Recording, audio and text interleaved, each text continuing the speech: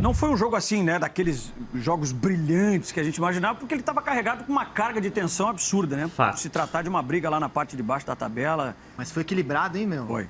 Não, a gente viu entrega, né, Renata? Vontade dos dois times, tanto que o jogo teve 60% do tempo com bola rolando, um cartão amarelo só. Então foram times que se mostraram muito afim, que queriam o resultado. E no final das contas, o time do Rogério Ceni fez 2 gols, conseguiu fazer 2 gols e não tomou nenhum, né? É verdade. Os 2 piores ataques, né, do campeonato. É. Boa noite, Rizek, Rafa, Roger, todo mundo que está assistindo.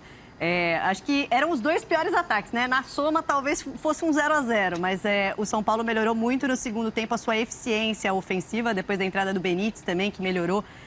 Ali pelo lado esquerdo, né? Melhorou, No primeiro tempo, também. as jogadas vieram mais pelo Mandou lado bem direito. demais. No segundo tempo, com a entrada do Benítez e também depois com o Marquinhos, os 2 foram jogadores decisivos, né, para os gols do São Paulo. E aí o São Paulo conseguiu ser mais incisivo no ataque, né? No primeiro tempo foram poucas finalizações no alvo, só 3 das 11 que o São Paulo fez. No segundo tempo, das 8, foram 6 no alvo. Então, um time muito mais efetivo e sofreu menos, eu achei, no segundo tempo. Teve aquela defesa do Volpi, né, na bola do José Wellison. Mas no geral, o São Paulo foi bem defensivamente também. É o terceiro jogo sem sofrer gol. A gente vê algumas evoluções, mas é um time que oscila demais no campeonato. O São Paulo só conseguiu 2 vitórias consecutivas uma vez, né, no campeonato. E é por isso que é tão difícil imaginar que o São Paulo vai superar a sua pior... Não vai fazer a sua pior campanha nessa temporada, né? Tá com 45 pontos. Agora a pior campanha havia sido 2017, 2013, com 50 pontos. Eu acho que o São Paulo deve fazer a sua pior campanha nessa temporada. A gente está vendo aí os lances da partida. Achei que o São Paulo melhorou ofensivamente. O Gabriel Sara foi muito bem mais uma vez. O Gabriel Sara é o jogador mais regular do São Paulo nas últimas partidas. Mostrou maturidade hoje também, né? Para enfrentar essa situação delicada de pressão aí e tal. Muita. Ele começou jogando pela direita, depois entrou muito na área no segundo tempo para finalizar e perdeu 2, 3 gols ali, 2 no primeiro tempo, 1 no segundo, mas depois deixou o dele. No primeiro tempo, o Sport teve as 2 melhores chegadas, que foram com jogadas do Everton Felipe e finalizações do Mikael. O Volpi precisou se mexer para defender. No segundo teve esse lance aí do José Wellison dentro da área, finalizou, exigiu uma boa defesa do Volpi. Mas de resto, o Sport teve dificuldade daí para chegar. O São Paulo também melhorou nessa questão, até o Cabral Neto falou sobre isso na partida, né? A pressão, depois que perde a bola, melhorou muito com o Rogério Ceni. Que defesa do Maílson, hein? Nossa, esse foi o gol que não dá nem para dizer que o gol que o Sara perdeu, porque o mérito é do goleiro, né? É curioso. Agora, o São Paulo com 45 pontos respira aliviado. Mas ele a não tá média do rebaixamento, assim, da história dos pontos corridos com 20 clubes, quem somou 42 pontos escapa na média. Mas esse ano, 45, ainda não dá para dizer, opa, tô fora. Tá parecendo que vai subir, mas a questão é que tem muito confronto direto ali também ainda, né? Bahia e Atlético Goianiense se enfrentam agora segunda-feira, se não me engano. Né? Grêmio e São Paulo se enfrentam na quinta. Se enfrentam. Então, talvez nem suba tanto, Isaac. E o mas sim, a tendência é o recorte. Olhando hoje, a Renata lembra que o São Paulo pega o Juventude também, né? O São Paulo tem Grêmio e Juventude ainda no caminho. Então, por isso que eu digo, olhando hoje, não dá para dizer o São Paulo escapou com 45 pontos. Ainda não dá para dizer. A mesma expressão que eu usei para o esporte. Praticamente. Cabe para os dois, um para cada lado. Exatamente. É isso. E era importante vencer, até você mencionou, né, Rizek, o apoio da torcida do São Paulo, que tem comparecido ao Morumbi, tem apoiado bastante. 130 mil, né? No jogo contra o Flamengo, tomando de 4-0, a torcida seguiu apoiando. E eu acho que era um resultado imprescindível o jogo de hoje, para a luta contra o rebaixamento, porque o estádio estava, mais uma vez, 35 mil, né? Quase 36 mil pessoas. Estava muito, muito grande o apoio da torcida. E se não ganhasse hoje contra um time que já está praticamente rebaixado, aí a pressão ia crescer muito. Que é e o São Paulo tem tido os problemas lá na frente, ofensivos de definição da jogada. Erra muito na definição da jogada. E aí não consegue fazer os gols. E quanto mais você não consegue fazer os gols, e nessa situação você fica muito pressionado, né? Então acho que foi importante o resultado, porque sem ele seria difícil acreditar numa reação. Imagina a projeção se o São Paulo não vence o Sport hoje do confronto contra o Grêmio na quinta que vem, com os dois precisando. O que seria esse jogo? Tá, tudo bem, o São Paulo ainda precisa, mas é bem menos do que precisaria se não vencesse hoje. A pressão está toda do outro lado. Né? É isso. Toda do outro lado. Já não tinha vencido o Atlético Paranaense, que também era um confronto direto, e que o Atlético Paranaense estava numa ressaca de título, né, da Sul-Americana. Foi um jogo que o São Paulo também finalizou e não conseguiu fazer gol. Então, acho que foi importantíssima essa vitória e dá esperança para o torcedor acreditar que que é possível. E depois, assim, a gente estava falando dos problemas de fora de campo do esporte. O São Paulo vive muitos problemas fora de campo, também com essa gestão que assumiu nessa temporada. É uma gestão que fez contratações bastante equivocadas, né, questionáveis, gastou dinheiro, o clube é endividado e ainda tenta, né, aprovar uma reeleição no meio de uma briga contra o rebaixamento. Então, é bastante complicada a situação do São Paulo. Até o Rogério Ceni falou disso, né, na coletiva do jogo passado. Falou que era o São Paulo vai viver anos difíceis. Agora, o Roger, digamos que o São Paulo, né, encaminhou a sua permanência na Série A. Tomara. Não dá para elogiar o campeonato do São Paulo, né? Não. O time que brigou pelo título se reforçou para a temporada faz um campeonato terrível, hein, Roger? Ou dá para defender o campeonato do São Paulo, Roger? Nem pensar. Não dá. O campeonato é horroroso do São Paulo. Não é digno do tamanho, da tradição, da história que o clube tem, o seu torcedor. Logicamente, o torcedor está feliz nesse momento que ele tira peso das costas do possível rebaixamento, né? E o São Paulo é um dos gigantes do futebol brasileiro que não foram rebaixados, então é um título que o torcedor são paulino carrega. Então, tirar esse peso das costas é um alívio, e por isso que o torcedor foi em massa nesses últimos jogos do Morumbi, para tentar, com a força dele, sabendo que dentro de campo o time não respondia, ele falou, cara, eles precisam da gente, a gente vai ter que estar no estádio empurrando de alguma forma para a gente tirar esse peso das costas. O peso saiu. Mas a responsabilidade dos atletas, dos treinadores que passaram, né? Do Crespo, agora do Rogério. O Rogério nem tanto, né? Porque quando você troca um treinador com a campanha pífia que o São Paulo vinha fazendo, não dá tempo do Rogério arrumar a casa de uma hora para outra e você vê o São Paulo voando, jogando bem. O Rogério tinha que arrumar a casa para salvar o São Paulo do rebaixamento. Isso foi feito. Essas últimas 3 rodadas aí, jogar com um pouquinho mais de tranquilidade, mais leve, sem esse peso, e tentar, de alguma forma, encontrar algumas peças que possam render e começar a montar alguma coisa para o ano que vem. Fora isso, é uma campanha terrível, sem dúvida nenhuma. Horrorosa. Concorda, Renata?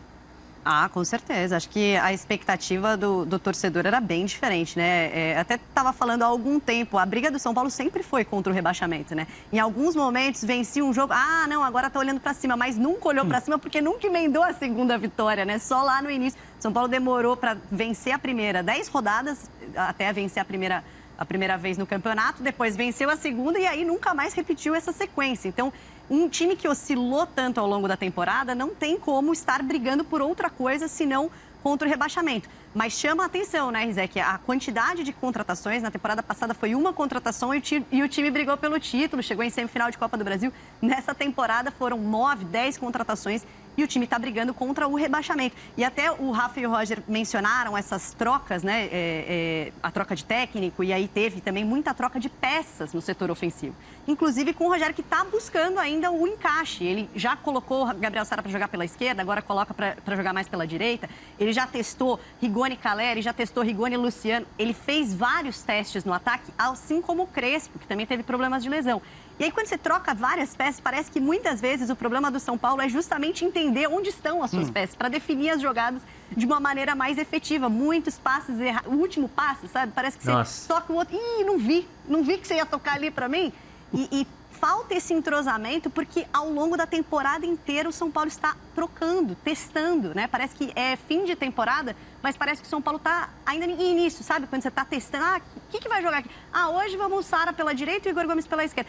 No segundo tempo vamos mudar. Então, isso tudo é difícil fazer funcionar, né? Ainda mais numa reta final de temporada. A gente estava comentando que se percebe hoje o São Paulo fazendo muita força para jogar, né? Diferente de uma característica de um São Paulo recente. Verdade. Você vê a dificuldade que o time tem para construir, para tentar buscar algo de diferente ao longo do jogo. É um São Paulo que, de fato, tem essa dificuldade enorme de fazer força, sofre para construir alguma coisa ao longo da partida. Como? E o reflexo está aí, né? A campanha por si só, mas de um time que costumeiramente fazia muitos gols e sempre fez muitos gols, né? Ataques poderosos e tal. São Paulo hoje, gente, tem 28 gols no Campeonato Brasileiro. O São Paulo terminou a temporada passada com 59 gols feitos. É o pior desempenho ofensivo da história do São Paulo em um campeonato brasileiro. Perfeito. É isso. Menos de um gol por jogo. E aí, pessoal, o São Paulo venceu e foi uma goleada porque fizemos 2 gols. Mas você falando 2-0 foi tranquilo? Foi nada, rapaz. Se o Benítez não entra em campo no segundo tempo, sei não. E aí, graças a uma bola parada, até que enfim o São Paulo fez um gol de jogada aí de bola parada. A última foi até com o Benítez, uma cobrança direta contra o Fortaleza, mas faz falta, né? Cruzamento, o Caleri foi lá, botou pra dentro e depois saiu aí. Parece que tem um problema no adutor, é dúvida pro jogo contra o Grêmio. E depois ali quase no final do jogo, jogada bacana do Marquinhos na lateral. Cruzamento pro Sara, que fez o dele. O Sara que teve oportunidade, mas o Maílson não deixou barato não. E com isso, o São Paulo chegou aos 45 pontos. Agora vamos secar os adversários aí. O Atlético Goianiense pega o Bahia, o Atlético Paranaense pega o Corinthians e assim por diante. E meio de semana que vem a gente pega o Grêmio. A gente já praticamente colocou o Sport na segunda divisão. Por que não colocar o Grêmio também na segundona? Lembrando que o Grêmio vai ter que sair pro jogo. O Grêmio precisa vencer. Então isso pode abrir espaço aí, o São Paulo aproveitar num contra-ataque. E, ao que parece, a dupla de ataque deveria ser Rigoni e Marquinhos, né? Até porque Paulo continua machucado. E aí você teria só como opção o Éder. E o Éder parece que não cai muito nas graças de Ceni, não. Agora, vamos ver o que o Ceni vai fazer com relação a Benítez, hein? Ele entrou no segundo tempo e mudou o jogo. Vamos aguardar aí. Também tem que fazer aí elogios a Volpe, que salvou quando o São Paulo precisou, e o Arboleda, que continua gigante. E o Sara é aquele motorzinho, né? Ainda assim, achei até a partida contra o Atlético Paranaense do São Paulo, o jogo como um todo, o São Paulo foi melhor, mas tinha muita atenção nesse jogo e o São Paulo demorou a engrenar e graças à bola parada nós conseguimos aí fazer o primeiro e aí fazer o segundo, bom, da confiança. Também, na verdade, o sentimento é de alívio, mas vamos ficar de olho aí, torcer contra os adversários aí e que no próximo jogo a gente consiga pontuar, né não? O São Paulo que pode fazer uma tríplice coroa, né? Praticamente rebaixou o Sport, pode acabar rebaixando o Grêmio e Juventude. Tomara! Então é isso, pessoal. Um ótimo fim de semana. O São Paulo venceu. Então vai ser um início de semana de paz. Mas vamos seguir ligados aí nas novidades com relação a Caleri, se ele volta. O próprio Luan também, que já começou a fazer atividades em campo. Quem sabe já não pode ser inserido aí para o próximo jogo, pelo menos para iniciar no banco de reservas. Outro ponto interessante, o Neves hoje entrou e como sempre entra, joga direitinho. Eu não sei, eu gostaria de ver mais minutagem desse jogador. Pontos negativos, Igor Vinícius sendo Igor Vinícius, o Miranda eu ainda sinto bem abaixo, mas graças a Deus tem um Arboleda aí que joga por ele e pelo próprio Miranda. O Reinaldo também não fez lá aquela partida, o Igor Gomes, meu Deus... Eu acho que o Rogério Ceni deve ter alguma participação com o Igor Gomes. Não é possível, que insistência nesse jogador. Mas o que importa são os 3 pontos, é o resultado. Foram pouco mais de 35 mil torcedores. Como o Rizek disse, 130 mil São Paulinos nos últimos 3 jogos em casa. Que número! E como sempre, a torcida carregando o São Paulo quando ele mais precisa. Então é isso, eu tô bem demais. Então vou desejar a todos um ótimo fim de semana, um ótimo domingo a todos. E você já sabe, se tem novidade, tem vídeo no canal. Eu sou Marcelo Mazorra do canal Mazorra SPFC. E se você quer ficar ligado nas últimas, não deixe de se inscrever no canal, ativar o sininho e se puder dar aquele likezão, tá ok? Saudações tricolores e valeu! Quer aprender a ter resultados como esse na internet sem precisar aparecer em vídeos no YouTube? Então clica no botão aqui embaixo, faz a sua inscrição no meu treinamento, ranqueamento de vídeos no YouTube, o Pulo do Gato, que lá eu vou te ensinar tudo que você precisa saber para trabalhar com o YouTube em vídeos onde você nem precisa aparecer.